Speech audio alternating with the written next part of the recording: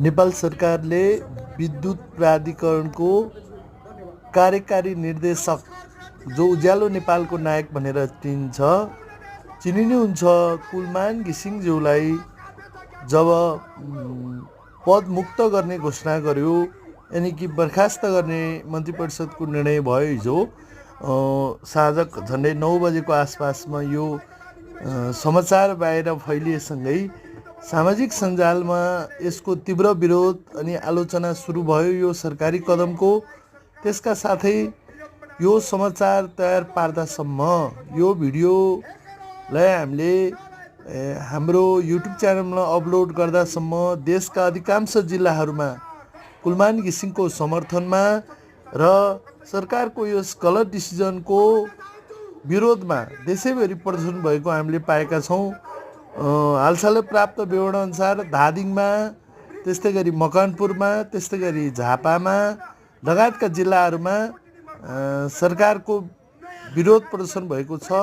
र एउटा रोचक घटना त के पनि भयो भने विद्युत प्राधिकरणको चितवन वितरण शाखामा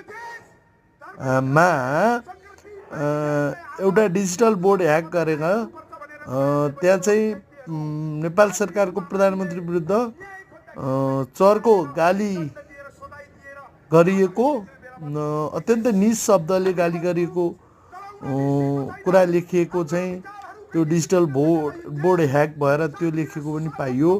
र यो भिडियो चाहिँ तपाईँलाई मैले यो भिडियो चाहिँ बानेश्वर चोकमा कुलमान घिसिङको पक्षमा निकालिएको जुलुस, यसमा विभिन्न पार्टी विशेष गरी नेकपा माओवादी केन्द्र र सो पार्टी निकट विभिन्न भातृ सङ्गठनहरूले कुलमान घिसिङको पक्षमा र सरकारको विरोधमा निकालिएको दबाब एवं विरोध सभाको एउटा सामान्य झलक हो।